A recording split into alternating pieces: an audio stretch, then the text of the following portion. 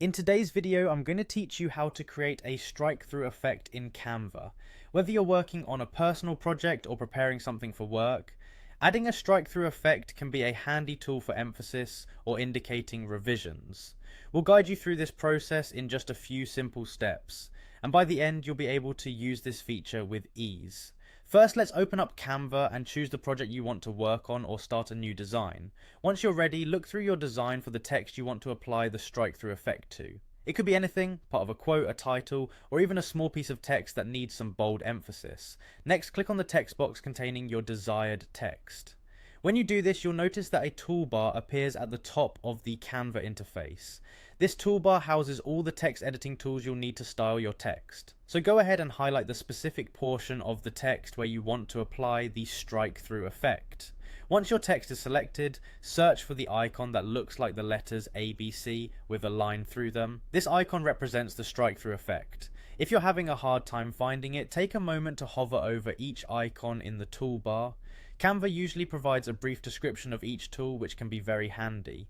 Click this strike-through icon and watch how the line appears across your selected text, instantly adding that strike-through flair you wanted. Now that you've applied the strike-through effect, you might want to tweak it a bit, and that's perfectly fine. The beauty of Canva is in its intuitive design, allowing you to easily go back and adjust things like font size or style, even after applying special effects. Clicking off the text box will complete the process, and you'll be able to see how the strike-through looks within the context of your overall design.